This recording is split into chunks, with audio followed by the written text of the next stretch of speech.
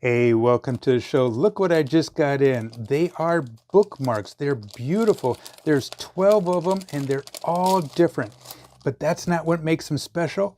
They are magnetic. But before I show you that, I just want to show you the different variations of all the beautiful colors that you're going to get. You have some different seascapes, mountains.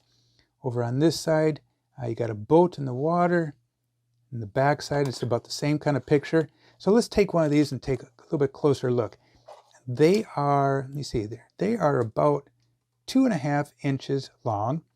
And when you open it up, there is a magnet on both sides of these. So what you do is when the students are reading a book or your child is reading a book, they'll just put that in there, just like that, and close it up. So I am also a teacher, and anything to make reading fun, this is part of it. This is awesome. They're going to love putting their bookmark in the page, and it stays right there. Look at it, not coming out. And it's not hurting the book at all. And when they want to remove it, you just open it up like that. So beautiful. Let's take a closer look again at those they got the sea here, the mountains, snowy, got the ocean. And over on this side, you got the palm trees.